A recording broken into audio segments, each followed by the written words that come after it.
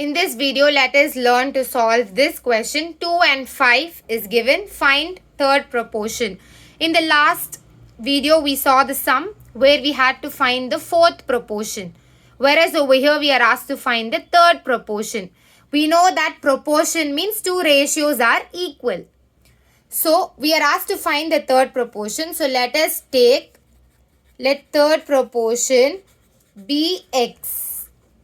Okay. Proportion means two ratios should be equal. So, ratio 1 is equal to ratio 2.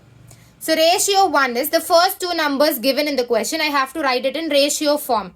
2 ratio form means I have to put this is to symbol and put the two numbers. So, 2 is to 5. Next, ratio 2. No other number is left. So, I am going to repeat the second number again over here. Is to the third proportion, let it be x we took, right? So, I am going to put that x.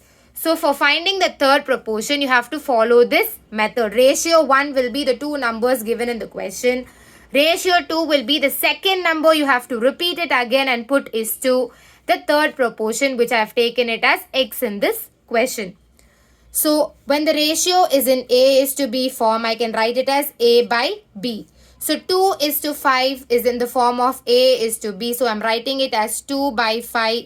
Then put equal to sign. 5 is to X is in the form of A is to B. So, I am going to write it as A by B form 5 by X. Now, cross multiply. 2 into X is equal to 5 into 5. Therefore, X is equal to 2X is equal to 5 5s are 25. X is equal to 25 when this 2 which is in multiplication comes to the other side, it will go to the division.